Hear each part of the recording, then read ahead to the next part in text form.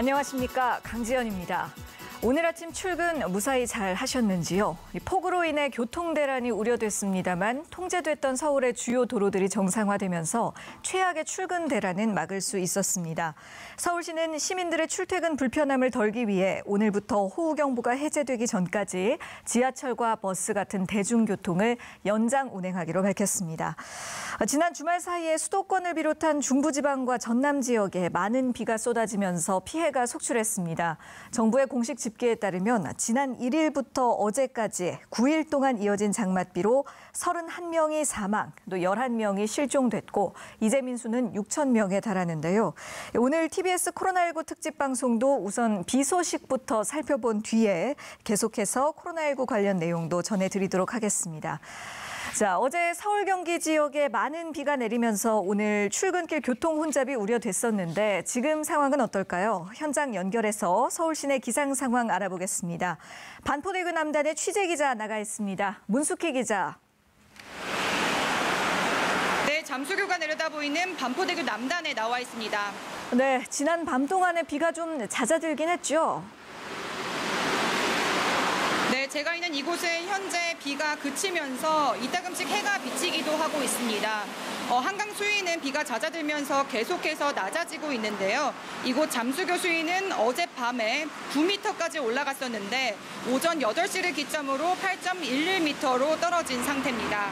또 잠수교와 반포 한강공원은 여전히 잠겨 있는 상태지만 물이 다소 빠지면서 간신히 윗부분만 보였던 표지판 등은 온전한 모습이 드러난 상태입니다.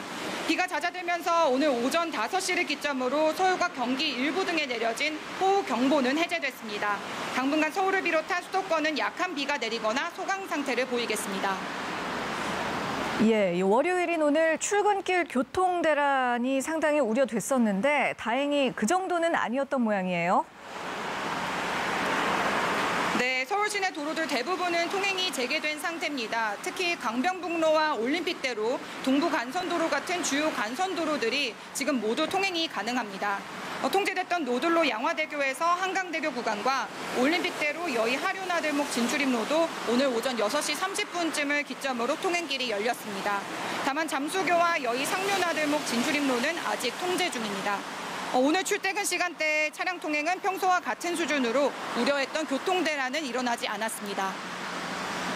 예, 그나마 다행입니다만 앞으로도 계속 비가 내릴 것으로 예상되고 있습니다. 그래서 서울시가 대중교통 운행도 늘리기로 했다면서요.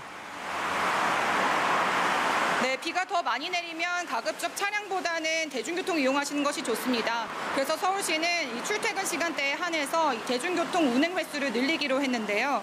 지하철은 출근 시간대에 이미 36회 증편 추가됐고요. 퇴근 시간대에도 열차가 16회 증편됩니다. 또 지하철 막차 시간도 30분씩 늦춰집니다. 버스는 휴가 시간을 맞아서 이 평일에 5% 수준을 감축 운행해 왔었는데 다시 평상시 수준으로 운행하기로 했습니다. 다만 호우경보가 해제됨에 따라서 대중교통 증편 운행 계획은 취소되거나 변경될 수 있습니다. 지금까지 반포대교 남단에서 TBS 문숙희입니다. 네, 이번에는 서울 한강 수위에 직접적인 영향을 주는 팔당댐 상황 알아보겠습니다. 팔당댐 현장에 나가 있는 취재기자 연결해 볼까요? 유민호 기자. 네, 이곳은 아침 일찍 날씨가 흐렸다가 지금은 다시 햇살이 내리쬐고 있습니다. 제 뒤로 보이는 팔당댐에선 여전히 누런 흙탕물들이 물보라를 일으키며 쏟아지고 있는데요. 한강의 마지막 관문인 팔당댐의 방류량은 밤사이 10,000톤을 기록했다가 조금씩 수량을 줄이고 있습니다. 현재 초당 8,000톤에 가까운 물들을 쏟아내고 있는데 지금 유속이라면 이곳에 나오는 물들이 한강대교에 닿기까지는 약 4시간 정도 걸릴 전망입니다. 예. 팔당댐의 방류량이 계속해서 줄어들고 있는데 앞으로 전망은 어떤지 또 다른 댐들 상황도 함께 짚어주시죠. 네, 일단 안정세를 보이고 있지만 방류량을 크게 줄일 수 없을 전망입니다. 현재 북상하고 있는 제5 태풍 장미가 변수로 작용할 것으로 보입니다. 수도권에 이 태풍이 많은 비를 뿌릴 수 있기 때문에 지금처럼 비가 적게 내릴 때 방류량을 유지하면서 댐 수위를 낮춰야 되는 상황이기 때문입니다. 상류 쪽인 의암댐은 초당 2,600톤, 지난주 3년 만에 수문을 개방한 소양강댐에선 1000톤 넘는 물이 꾸준히 흘러나오고 있습니다. 경기 북부와 강원도의 집중호우가 계속되면서 임진강 상류의 군남댐 수위가 오늘 아침 6시 30m를 넘었습니다. 평상시 댐 관리 목표 수위에 해당하는 제한 수위가 31m인데 거의 다다른 겁니다. 군남댐 방류량은 현재 지금 초당 4,300톤을 기록하고 있는데 1시간 전보다 초당 300톤가량 더 방류량이 늘었습니다. 지금까지 팔당댐에서 TBS 유민호입니다. 예, 이렇게 장맛비가 계속되고 있는 상황에서 태풍까지 북상한다는 소식에 피해가 더 커지지는 않을지 우려가 되는데요. 전문가 연결해서 기상 상황 보다 자세하게 알아보겠습니다. K웨더 이재정 예보팀장님 연결돼 있습니다. 안녕하십니까? 네, 안녕하세요. 예, 가장 먼저 현재 이 태풍 장미가 제주도를 지나 남해안으로 북상 중입니다. 남부지방에 많은 비가 예보돼 있는데요. 또 태풍으로 인한 피해가 클지 상당히 걱정이 됩니다. 네, 제5호 태풍 장미가 어제 새벽 오키나와 남남서쪽 약 600km 부근에서 바다에서 만들어져 현재 북상 중에 있는데요. 오늘 오전에는 제주도 동쪽 해상을 지나 오늘 오후 15시경 부산 인근 해안에 상륙할 전망입니다. 다행히 태풍의 세력이나 크기가 약한 소형급 태풍이라 다행이긴 하지만 우리나라에 매우 근접해 이동해 나가며 남해안에 상륙해 통과해 나가는 만큼 강한 바람과 함께 많은 비가 예상되고 있으니 대비 철저히 하셔야겠습니다. 네, 태풍으로 인한 피해가 크지 않아야 할 텐데요. 미리미리 철저한 대비를 해 주셔야겠습니다. 또 지난 주말과 휴일 동안 서울, 경기 지역에 강한 바람과 함께 폭우가 쏟아졌습니다. 이번 주 수도권 기상 상황은 어떨까요? 지금 서울에는 비가 다소 소강 상태를 보이고 있는데요. 네, 현재 말씀하신 것 같이 수도권을 비롯한 강원도 중심으로는 현재 비가 소강 상태를 보이고 있습니다. 하지만 태풍이 접근함에 따라 점차 비의 강도는 강해질 것으로 보이고요. 내일까지 서울을 비롯한 수도권, 강원도를 중심으로 30에서 80, 많은 곳은 120mm 이상이 추가적으로 예상되고 있으니 이에 대한 대비 잘 하셔야겠습니다. 예, 내일까지는 수도권과 강원도 지역에는 상당히 많은 비가 내린다는 말씀이신데 이렇게 계속되는 기록적 폭우로 피해 규모도 점점 더 커지고 있습니다. 특히 남부지방의 경우는 중부보다 장마가 먼저 시작된 뒤에 무더위가 이어지고 있었는데 최근 들어서 다시 장맛비가 내리기 시작했거든요. 이건 왜 이렇게 된 건가요? 네, 북태평양 고기압의 확장 정도 때문입니다. 지난주 같은 경우 남부지방을 중심으로 폭염이 나타나게 된 원인은 남부지방은 북태평양 고기압의 영향을 받으며 찌는 듯한 폭염이 나타났기 때문인데요. 그런데 이번 주 다시 북태평양 고기압이 남쪽으로 후축을 하며 그 가장자리를 따라 비구름대가 형성되었고 그렇기 때문에 남부지방을 중심으로도 다시 많은 비가 내리게 되었습니다. 예, 그렇군요. 또 올해 장마의 경우는 특징 중에 하나가 시간과 장소를 불문하고 기습적으로 폭우가 쏟아지는 그런 모습을 보이고 있습니다. 그래서 유독 예측이 더 어렵기도 하고요. 왜 이런 현상이 나타나는 겁니까? 네, 그 이유는 북태평양 고기압의 앞에서 말씀드린 바와 같은 확장 정도 때문입니다. 북태평양 고기압의 가장자리를 따라 고온다습한 공기가 유입되고 그 북쪽으로는 상대적으로 차고 건조한 공기가 위치하며 그 경계를 따라 매우 강한 비구름대가 발달하게 되었고요. 이 비구름대가 북태평양 고기압의 확장 정도에 따라 남북으로 이동하며 국지성 집중 호우를 내리고 있습니다. 예. 자, 마지막으로 올해 장마가 역대 최장 기간을 기록할 거란 전망이 많습니다. 이번 장맛비 도대체 언제쯤 그칠지 어떻게 보고 계신지요? 네, 현재 기상청의 중기예보를 살펴보면 서울을 비롯한 수도권과 강원도를 중심으로는 금요일까지 비를 예상하고 있습니다. 이 예상대로 계속적으로 비가 이어진다고 하면은 기존 최장 장마 기간인 49일을 기록을 갱신하고 52일을 기록할 것으로 예상하고 있습니다. 네, 당분간은 조금 더 비가 내릴 것으로 예상이 되는 상황이군요. 자, 지금까지 K웨더 이재정 예보팀장 연결해서 자세한 기상 상황 알아봤습니다. 고맙습니다. 고맙습니다. 네, 계속해서 맹소영 날씨 칼럼니스트와 함께 이번 장마 관련해서 또 주의 깊게 살펴봐야 할 부분은 무엇인지 이야기 나눠보도록 하겠습니다. 어서 오십시오. 네, 안녕하세요. 네, 먼저 앞서서 이재정 K웨더 예보팀장과도 이야기를 좀 나눠봤는데요. 지금 태풍 장미가 올라오고 있고 이에 대한 우려가 됩니다. 태풍 하구핏에 이어서 장미까지 이 태풍 소식이 계속해서 들려오는데 그래서 장마가 끝난다 하더라도 이 태풍으로 인한 비 피해가 계속되진 않을지 걱정이 되거든요. 맞습니다. 이 장미는 올해 5번째 5호 태풍. 보통 태풍이 나타나는 순서대로 붙여주는 이름인데요. 네.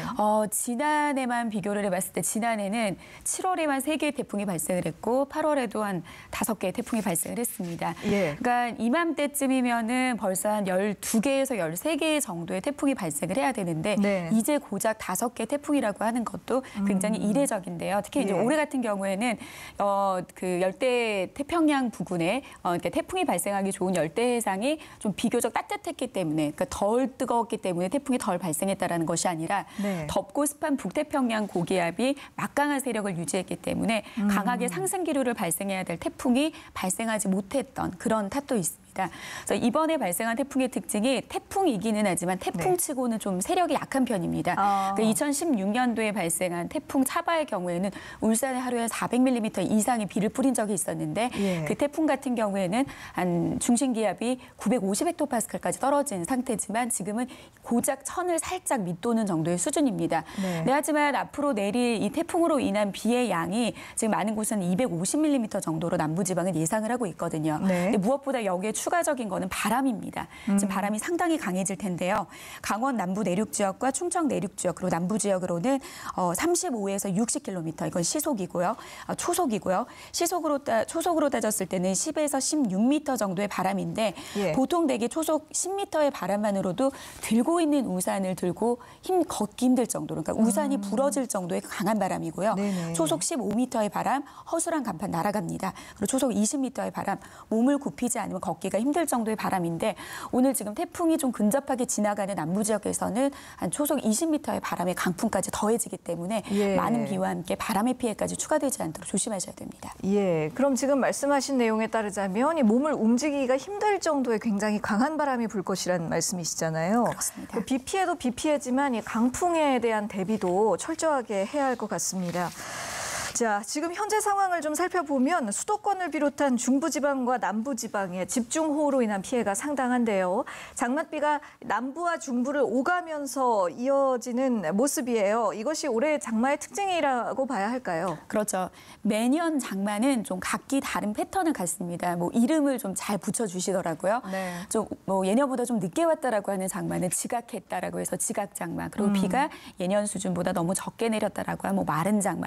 예. 그리고 남부와 중부 지방에 격차가 큰 모습의 장마 같은 경우 반쪽 장마라는 표현도 많이 해주는데 예. 올해 같은 경우에는 남부와 중부로 오르내리면서 도대체 끝이 보이지 않을 정도의 그런 강한 장맛비가 이어지고 있는 특징인데 네. 사실 전문가들도 이런 특징 그리고 이런 패턴의 장맛비는 예보한 이후에 처음으로 접해본다. 한 30년 이상 예보 경험이 있으신 예보가님이 최근에 또 하신 말씀이시더라고요. 올해는 정말 특이하다. 그래서 한 20년 만에 나타나는 장마고 한 2002년의 장마와 조금은 비슷하다라는 표현을 좀 해주시기도 했는데요. 예. 특히 이제 올해 같은 경우에는 북쪽에서 이례적으로 찬 공기가 버티고 있고 또 8월 이맘때쯤이 되면은 원래는 엄청 더워야 되는 날씨거든요. 그 말은 지금 그렇죠. 뭐냐면 한반도를 덥고 습한 공기가 가득 메워야 되는 시점인데 너무 극과 극인 어떤 공기가 우리나라에서 극하게 대립을 하다 보니까 강한 비가 좀 좁고 넓은 형태, 그러니까 동서로는 길게 뻗었지만 남북으로는 굉장히 좁은 형태, 그러니까 예. 시간과 공간적인 집중도가 굉장히 높은 형태를 보였다라는 게 특징입니다. 그리고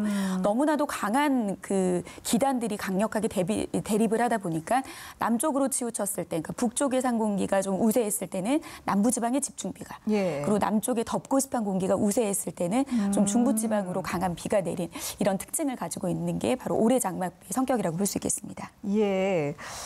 그러니까 이 좁고 긴 모양으로 이 장맛대가 형성이 되면서 그것이 중부와 남부를 이렇게 왔다 갔다 하고 나타나고 있다는 설명이신 거잖아요.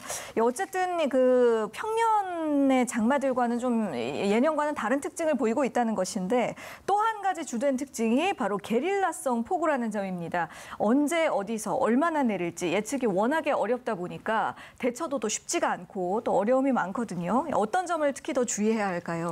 특히 지금 이제 기후변화라는 이야기들이 기후변화의 이야기는 학자들 사이에서는 계속해서 이야기가 나오고 예. 심각성을 좀 알리기 위해서 많은 노력을 했는데 어떻게 보면은 일반 시민들이 기후변화에 대해서 직접적으로 체감할 수 있는 해가 바로 올해가 아닐까라는 생각이 드는데요.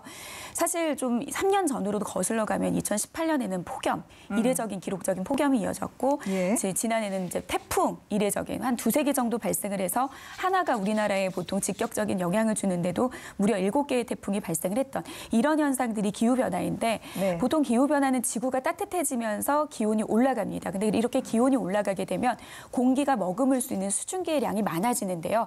결국에 이렇게 높은 기온은 극과 극인 공기의 격차를 만들고 높아진 또 수증기, 많아진 수증기는 비를 더욱더 강하게 발달시키는 요인을 만들어주는데 예. 어떻게 보면 올해 장마에 나타나는 특징이 기후변화의 어떻게 보면 단면을 아주 적나라하게 보여줬던 그런 특징이라고 볼 수 있겠습니다. 지금 말씀하신 그 기후변화라는 것이 전체적으로 그 지구의 온도가 좀 높아지는 그 지구온난화 현상과 연관이 있다는 말씀이신 것이죠? 그렇습니다. 환경부와 기상청이 최근 한반도의 기후변화 2020년 한반도의 기후변화 보고서를 발표를 했는데요.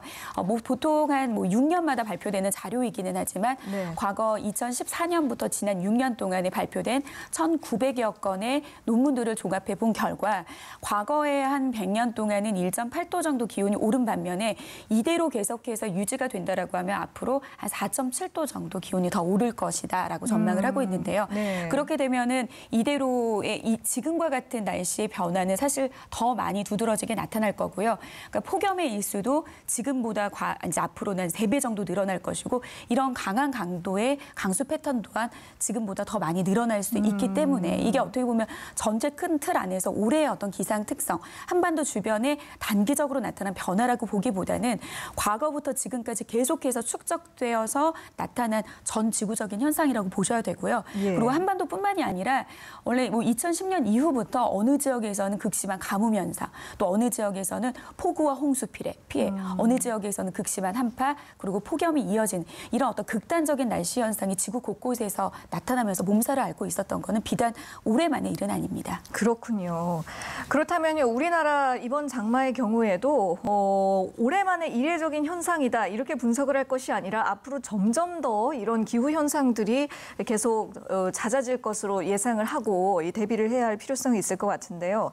그런데 또 이번 장마에서 또 한 가지 당혹스러운 부분이 사실 지난 몇 해 동안은 계속해서 이 마른 장마 현상을 보여오지 않았습니까? 그런데 올해 들어서 갑자기 너무 많은 비가 내리고 있는데 이렇게 좀 극단적인 변화 때문에 더 이 대처가 어려운 부분이 있었던 것 같습니다. 그렇죠. 그러니까 해년 예측하기 조금 힘든 상태가 계속해서 말씀을 드리는 것처럼 우리가 네. 이제 예보에 이제 기술이 어느 정도가 되는 거냐, 왜 예측을 잘 못하느냐 이런 네. 얘기들을 굉장히 많이 하는데 사실 좀 우리나라 자체가 예보하기 굉장히 어려운 지형적인 조건도 있습니다. 삼면이 바다로 둘러싸여 있고 산간 지역이 있는 게 좀 같은 비구름이 들어오다 하더라도 바다를 만나게 되면은 그만큼 강한 수증기가 또 공급이 되고 변화가 생기고요. 네. 산간을 만났을 경우에는 비구름이 또 산을 뚫고 넘어가지 못하고 산을 타고 넘어가는 과정에서 강한 바람, 그리고 비구름이 이제 발달을 하게 되는 이런 좀 지형적인 조건들도 좀 추가된 것도 있기는 합니다. 근데 예. 계속해서 같은 맥락에서 말씀을 드리지만 기온이 높아지고 수증기량이 많아지기 때문에 과거에 일반적으로 나타났던 그런 패턴들이 좀 더 극단적으로 나타나는 그런 성질을 좀 볼 수가 있겠죠. 예. 알겠습니다. 그런데 그 애초에는요, 사실 올해 여름이 그 어느 때보다 더운 여름이 될 것이다. 역대급 무더위가 찾아올 것이다. 이런 예상들이 많지 않았습니까? 그런데 정작 지금 상황을 보면 그 정반대로 가고 있단 말이죠. 그래서 보통 장마가 끝나면 폭염이 시작되고는 했는데 그렇다면 올해 여름 더위는 어떻게 예상을 하고 계신지요? 지금 올해 또 특이한 날씨 현상이 중부지방에 강한 비가 집중이 되면 또 남부지방은 언제 그랬냐는 듯이 잠시 극심한 폭염이 이어지거든요. 그리고 또 경북과 충북 북부 지역에서는 폭염특보와 함께 호우특보가 동시에 발효된 기간도 상당히 길었습니다. 예. 그러니까 그만큼 지금 이맘때 여름이라고 하면은 덥고 습한 공기가 한반도로 덮어서 기온도 높고 습도가 높은 한여름이 시작이 되는 시점이기도 합니다. 네네. 돌아오는 금요일까지 중부지방에는 계속해서 비 예보가 있기는 하지만 사실 비 예보가 있는 그 시점이 사실 한반도의 여름이 정점을 찍고 점점 꺾이는 시점이 어떻게 보면 이맘때쯤이면은 네. 예년 때쯤이면은 이번 주 후반 정도거든요. 예. 그러니까 그만큼 지금 한반도의 덥고 습한 공기가 이미 우리나라를 많이 뒤덮고 있는 상태입니다. 그래서 날씨가 흐리더라도 중부지방 같은 경우는 흐린 가운데 비가 내리지 않으면은 열대야가 나타난다든지 낮에 좀 더운 그런 날씨가 좀 이어지고 있는데요. 이번에 금요일에 지금 현재까지 예상대로라고 하면 금요일에 중부지방에 비가 그치고 나면 아마 기존에 느꼈던 더위하고는 차원이 다른 더위가 찾아올 겁니다. 그 말은 뭐냐면 기온이 좀 극단적으로 많이 오르지는 않습니다. 물론 뭐 경북 내륙 지역을 중심으로는 35도 안팎까지 기온이 올라서 예. 과거 같은 경우에는 폭염 경보 수준의 더위가 이어질 텐데 지금 중부지방 같은 경우에는 기온 전망을 살펴보니까 30도, 31도 수준이거든요. 예. 근데 폭염특보가 내려지는 일수가 상당히 많을 것으로 예상이 됩니다. 네. 왜냐하면 올해부터 기상청은 폭염특보를 기온만을 가지고 보는 게 아니라 습도와 함께 우리 사람이 느끼는 체감 더위를 기준으로 하겠다라고 했기 때문에 이제는 기온이 30도, 31도가 아니라 높아진 습도에 따라서 보통 한 습도로 50% 기준으로 했을 때 똑같은 33도다 하더라도 10%의 습도가 올라가면은 체감 온도는 1도 정도 더 올라가는 네네네. 거죠. 그러니까 예를 들면 33도이지만 습도가 80%라고 하면은 우리가 체감하는 온도는 36도. 그래서 비가 끝나고 나면은 좀 흐린 날이 이어진다 하더라도 습도가 굉장히 높아진 상태이기 때문에 체감하는 더위가 높겠고요. 그리고 평년보다 한 0.5도에서 1.5도 정도 높은 더위가 한 9월 초까지는 이어지지 않을까. 좀 가을이 시작이 돼도 늦여름의 더위가 좀 남아있지 않을까 생각이 됩니다. 예.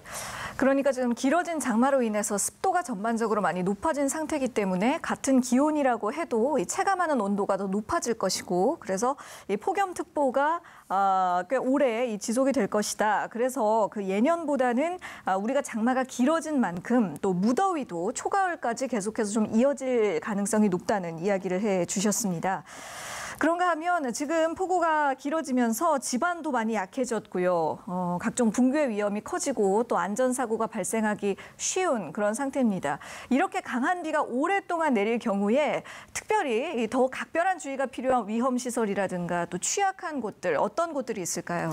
지금 뭐 전국 대부분 지역이 거의 위험 지역이라고 보시면 되겠습니다. 네. 지금 제주도를 제외한 전국 대부분 지역에 시도별 호우 경보, 이제 산사태 경보와 주의보가 내려져 있는 상태고 지금 전반적으로 앞으로 비의 양이 많이 오지 않는다 하더라도 워낙 지금 이제 토양은 토양이 감당하기 힘들 정도의 빗물을 지금 머금고 있는 상태거든요. 네. 그래서 앞으로 추가로 비의 양과는 무관하게 조금이라도 더 많은 비가 내렸을 경우에는 이 모든 토양들이 좀 무너지고 좀 이제 가라앉고 좀 붕괴가 될 수 있는 그런 위험성이 높은 곳들이 상당히 많기 때문에 네. 앞으로는 이제 바람으로 인해서 쓰러지고 하는 피해들이 더 추가적으로 발생할 수 있습니다. 그래서 지금 태풍이 완전히 좀 한반도 지역을 빠져나가고 그리고 우리나라 주변의 기압 배치가 안정화될 때까지는 가급적이면 좀 위험한 곳에는 가지 마시고 육안으로 보기에는 위험해 보이지 않는 지역들도 예. 보이지는 않지만 이미 그 안에서는 좀 묵묵하게 피해가 지금 쌓여 있을 수도 있거든요. 예. 그래서 가급적이면 태풍이 지나갈 때까지는 좀 안전한 곳에서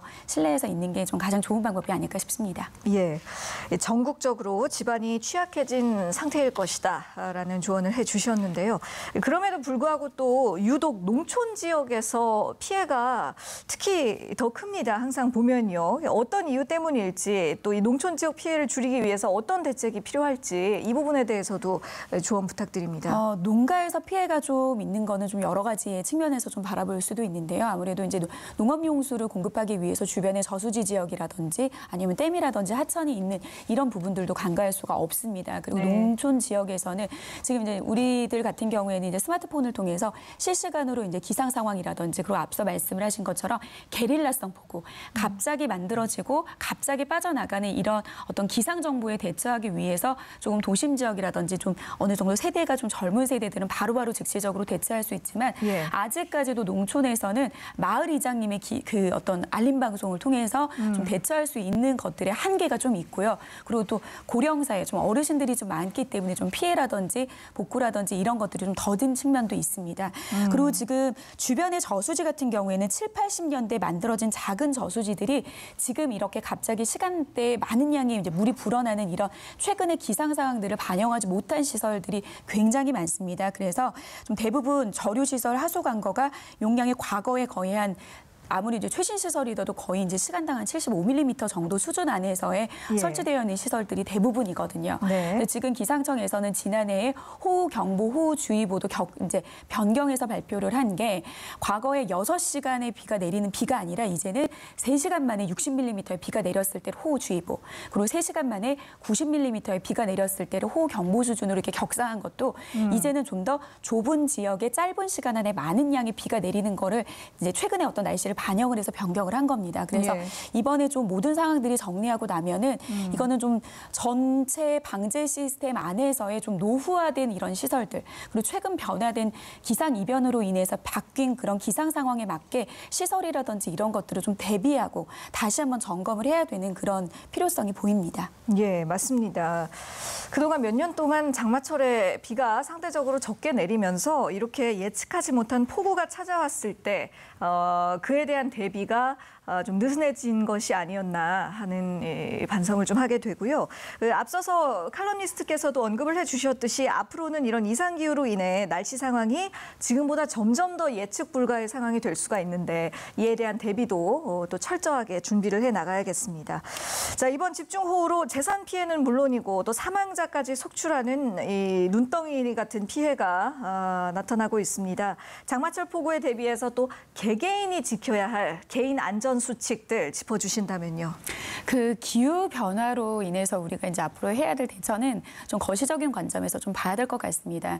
정부의 입장에서는 이렇게 변화된 기후 변화에 많은 피해와 인명 피해와 재산 피해가 내지 않도록 전체적인 방제 시스템에 대해서 관리가 들어가야 돼. 새로운 어떤 신기후 변화의 체계에 맞춰서 변화가 필요할 거고요. 그리고 학계에서는 이렇게 지금 변화된 기후 변화가 과거에 우리가 만들어놨던 다양한 어떤 기술력들에 못 미치는 부분들이 굉장히 많습니다. 그래서 다양한 연구 활동을 통해서 앞으로의 미래 전망을 잘해서 이거에 우리가 미리미리 대처할 수 있는 모델 개발이라든지 여러 가지 연구 활동을 해야 되겠고요. 예. 그리고 또 국민들 같은 경우에도 지금 물론 예보가 맞지 않으면 당장 불편하고 또 재산적인 인명적인 피해를 받은 입장에서는 예보가 틀린 부분에 대해서 굉장히 많은 불만을 가질 수 있겠는데요.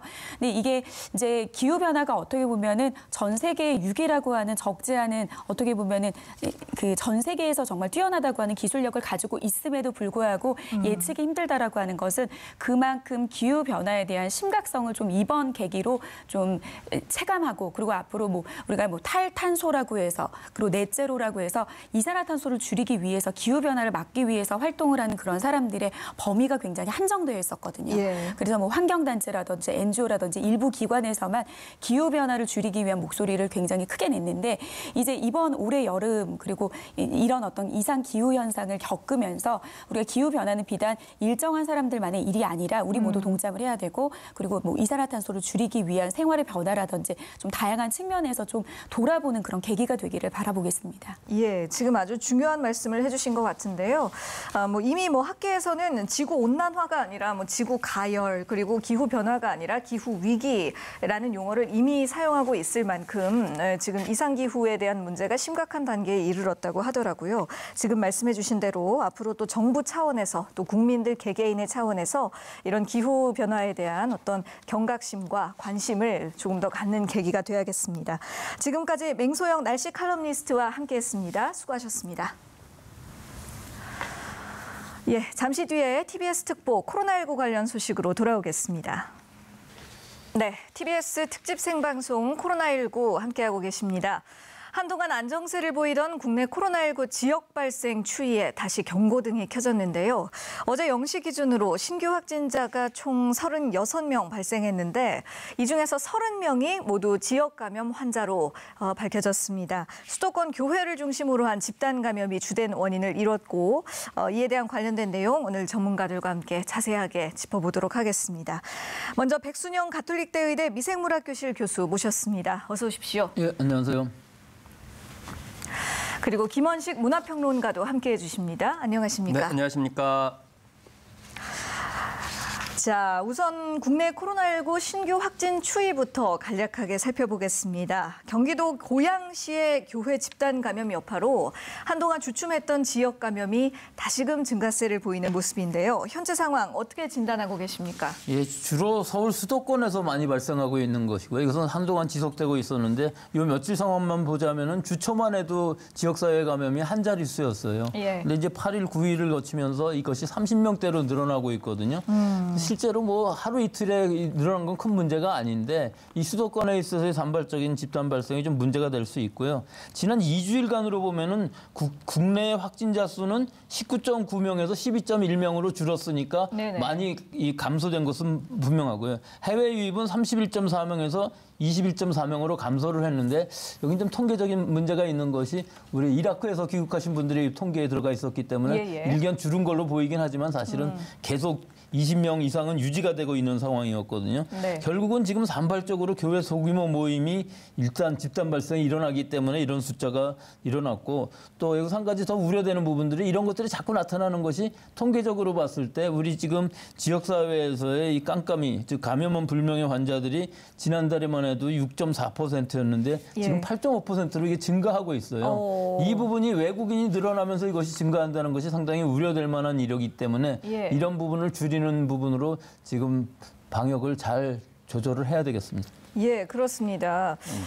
이런 가운데 경기도 고양시 교회 관련 확진자가 또 44명까지 늘었거든요. N차 감염을 통한 지역사회 전파가 진행 중이라 더욱더 걱정이 큰데요.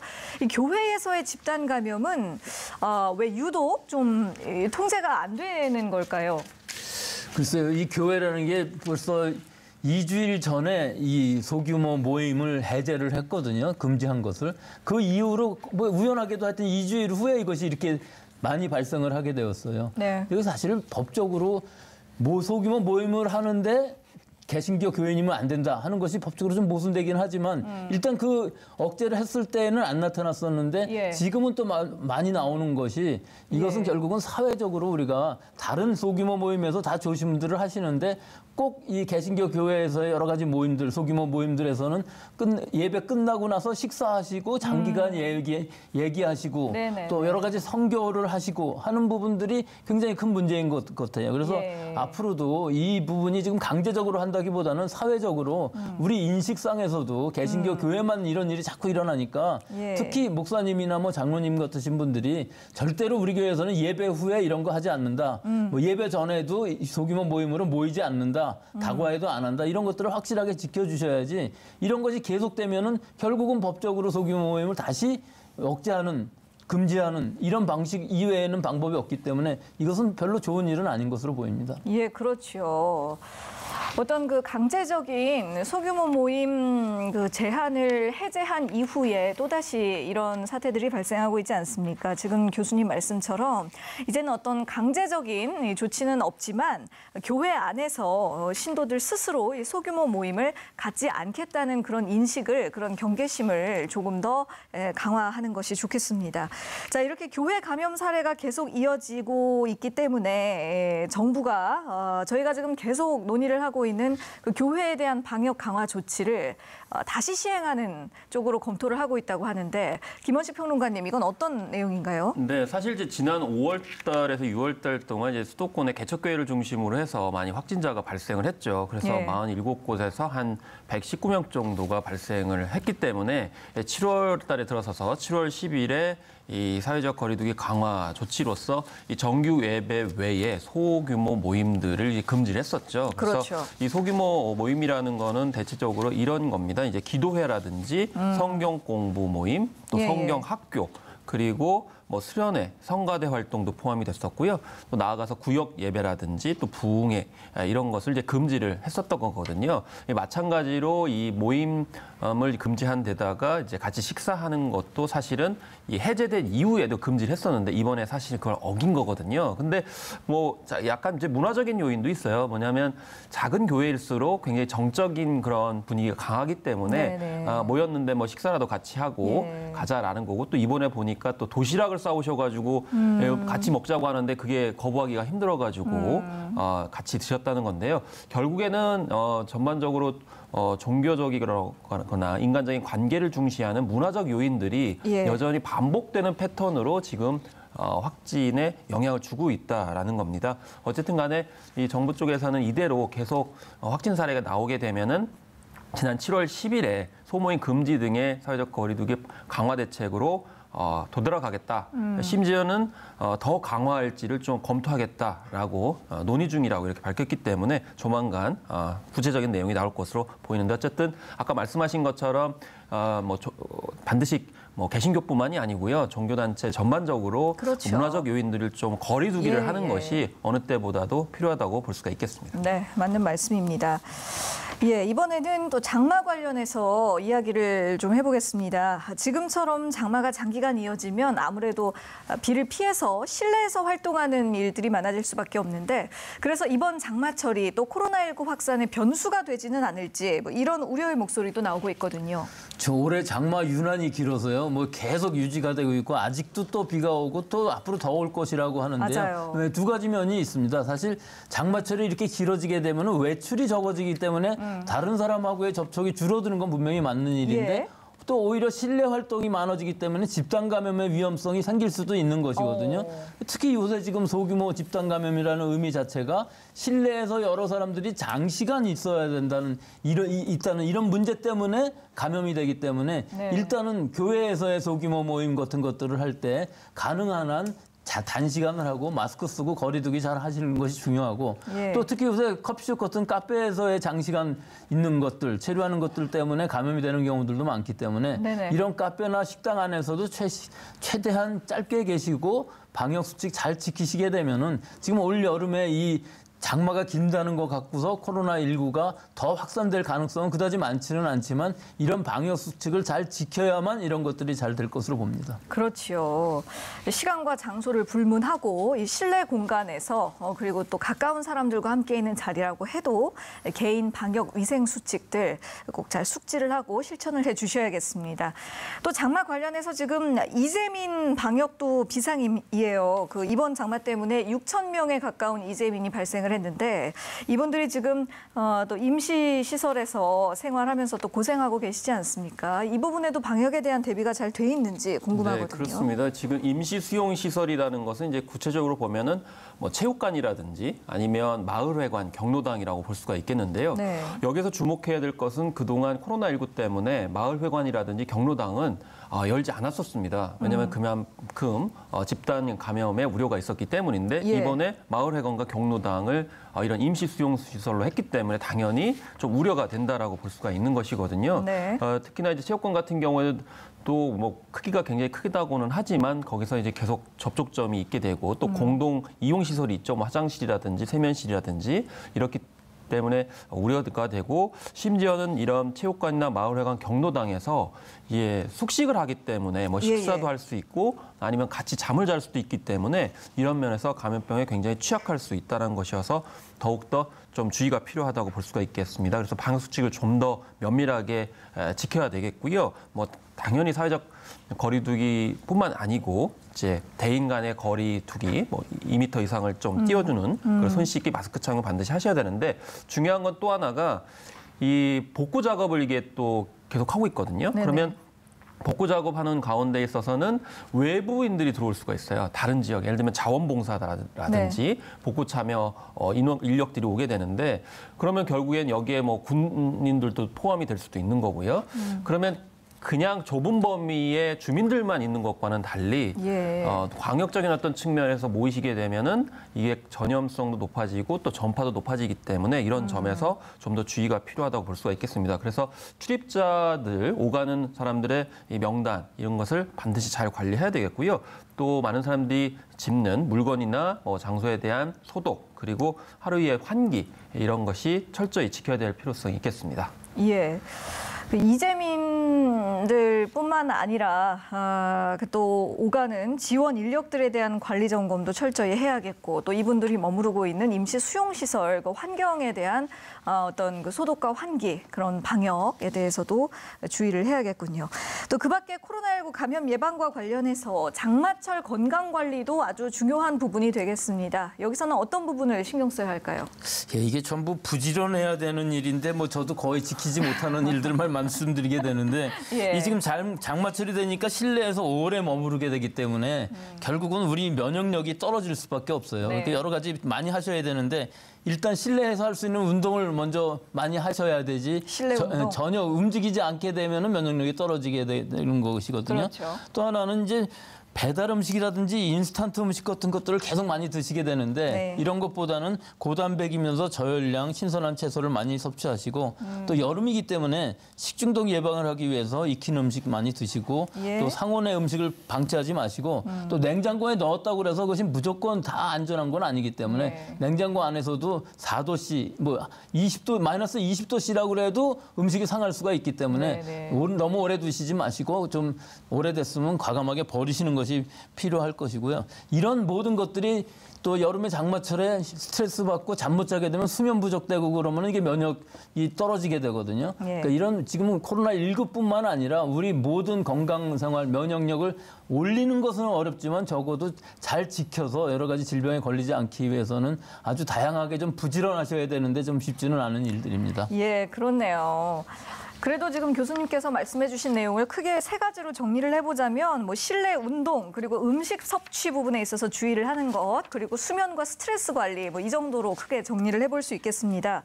지금 마지막으로 스트레스 이야기도 짚어주셨는데 사실은 뭐 이것은 사람에 따라 차이는 있겠습니다만 우리가 이렇게 그 흐린 날씨, 비 오는 날씨가 길어지면 사람이 좀 우울하고 처진다고들 하잖아요. 그런데다가 그 이전부터 이미 코로나 블루로 인해서 굉장히 정신적인 그 우울감, 무력감을 호소하시는 분들이 많았는데 이제 이렇게 긴 장마까지 찾아왔고 관광지 상인들도 울상, 또 시민들의 우울감, 피로감도 계속해서 커지고 있습니다. 그래서 정부가 국민을 위한 심리 대책을 마련한다고 하는데요. 오는 10월을 특별 여행 주간으로 지정해서 휴가 지원을 확대한다는 내용을 골자로 하고 있습니다. 자, 어떤 내용인지 평론가님께서 소개해 주시죠. 네, 지난 이제 5월 달에도 이런 이제 특별 여행 주간이라는 그런 프로그램들을 했었죠. 근데 이번에 이제 10월 달에도 다시 한다고 하는 건데 그래서 소비 쿠폰을 뭐 지원을 해 준다든지 아니면 이제 근로자들한테 휴가 지원을 하는 것, 또 종교문화 코스라고 해서 구체적인 그런 이제 피로증을 해소할 수 있는 코스까지도 하겠다. 그리고 심지어는 농촌 관광에 대한 이야기들이 지적이 많이 됐었는데 그래서 좀 굉장히 방역이 잘 돼 있는 곳을 중심으로 해가지고 휴가 지원을 하겠다 이렇게 밝히고 있는데요. 또 여기에 이제 숲 프로 캠페인이라고 그래가지고 이 사실 이전에 6월부터 의료진 등 이 방역 관계자들을 대상으로 치유할 수 있는 숲 치유 프로그램들을 운영해 왔었는데 이것을 좀 확대하겠다라는 그런 계획까지 밝혔습니다. 그래서 사찰 체험이라든지 숲 체험, 치유 관광, 문화예술 치유 프로그램들을 운영하겠다라고 밝히고 있는데요. 그렇지만 이제 비판도 있는 것이 사실입니다. 왜냐하면 수도권 교회 확진 이 시간에도 계속 말씀드리고 있는데 이런 상황 속에서 과연 뭐 아직 시간이 남아 있긴 하지만 10월 달에 특별 여행 주간 계획을 밝히는 것이 타당하냐? 왜냐하면 5월 달에도 이 특별 여행 주간을 하는 바람에 사실은 약간 좀 태만한 점이 있어가지고 확진이 됐다라고 하는 지적들이 많이 있었거든요. 그렇기 때문에 정책과 이제 정치권에서는 물론 이제 그런 맥락에서 뭐 심리적 치유를 한다는 이해관계는 할 수 있겠지만 좀 타이밍이 굉장히 중요하다고 생각이 들고요. 어쨌든 자가진단을 SNS와 인공지능을 통해 가지고 이렇게 뭐 진단해준다라고 하는 그런 계획도 밝혔습니다. 다만 전체적으로 생각을 했을 때 지금 현재의 심리적 필요증 같은 경우는 단순히 뭐 인공지능이라든지 SNS를 통해 가지고 해결되는 건 아니고요. 어떤 사람들과 어떤 관계성 속에서 풀어야 될 부분도 있는데 저는 이제 비대면보다는 온택트라는 개념을 좀 강조하는 것이 필요하다고 보겠습니다. 예. 물리적으로는 떨어져 있다 하더라도 온라인상으로는 연결돼 있어서 소통하고 대화하고 치유할 수 있는 프로그램들이 좀 인간적인 면모로 부각이 돼야 된다고 생각이 들고요. 다만 또 하나 덧붙여서 말씀을 드리면 이번에 특별 여행 주행 같은 경우에는 뭐 사람이 많은 곳을 가는 것을 추천하는 것이 아니고 한적한 곳을 추천하는 것이다 이렇게 말하고 있는데 사실 이게 추천의 역설이 있을 수도 있는 거거든요. 왜냐하면 그렇네요. 추천하게 되면 또 몰리는 곳에 몰릴 수 있기 때문에요. 그래서 저는 중앙에서 어떤 밑으로 하방식으로 가는 것이 아니고 시민사회나 어떤 지역사회가 자발적으로 좀 자율적으로 운영할 수 있는 것이 필요하다고 보겠습니다. 예를 들면 문화예술 단체도 다 협회가 있고 각 직능별로 구성돼 있거든요. 그래서 그 중간 허리에 해당되는 그런 이제 이익단체나 협회 등을 통해 가지고 좀 자율적으로 구성할 수 있도록 하는 것이 더 올 수 있다고 생각이 들고요. 예. 또 개인적으로는 지역에 지금 현재 둘레길이라든지 산책길이 많이 조성이 돼 있기 때문에 네. 그런 것을 활용을 해서 국민들이 좀 실내 공간에만 갇혀 있지 않은 상황 속에서 피로증을 해소할 수 있는 실제적이면서 실천 가능한 그런 프로그램들을 더 권장하는 것이 필요해 보입니다. 예. 자, 지금 이 평론가님께서도 어떤 이 코로나 블루에 대응하기 위한 사람들 사이의 관계성이라든가 심리 치유의 부분을 강조를 해주셨는데 저는 이번 그 정부가 내놓은 심리 대책 내용을 좀 살펴보니까요. 이 특별 여행 주간 외에도 또 이 부분이 눈에 띄더라고요. 확진자와 가족을 위한 상담 서비스를 제공한다는 내용이었는데 이런 그 상담이라든지 후속 조치가 또 중요한 이유가 있지 않을까요?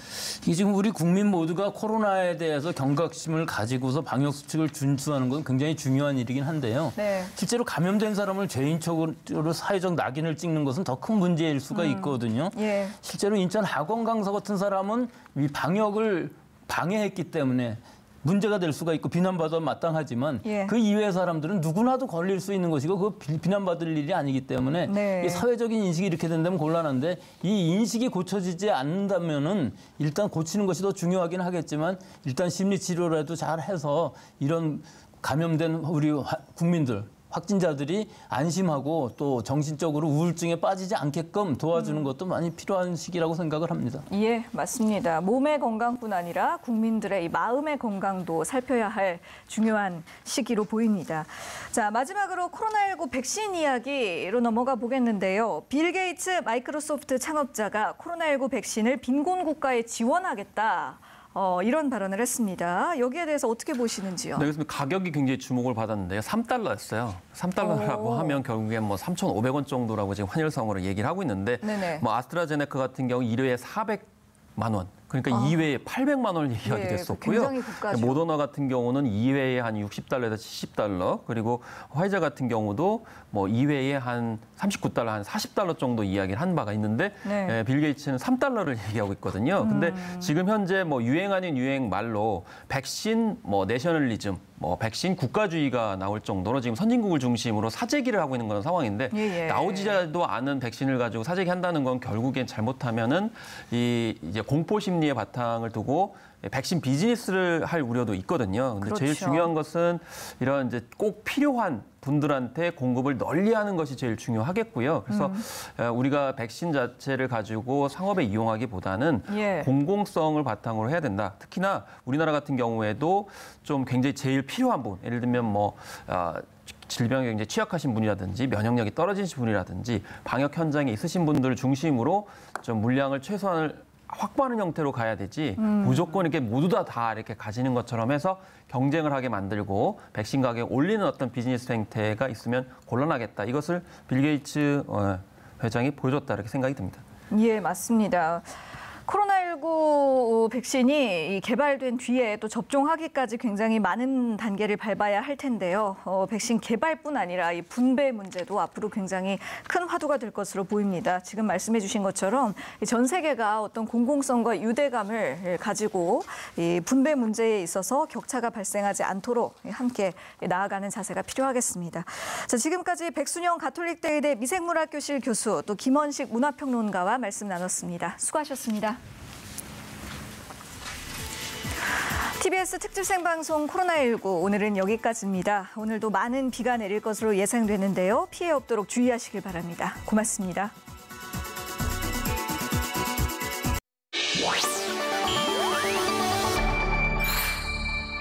TBS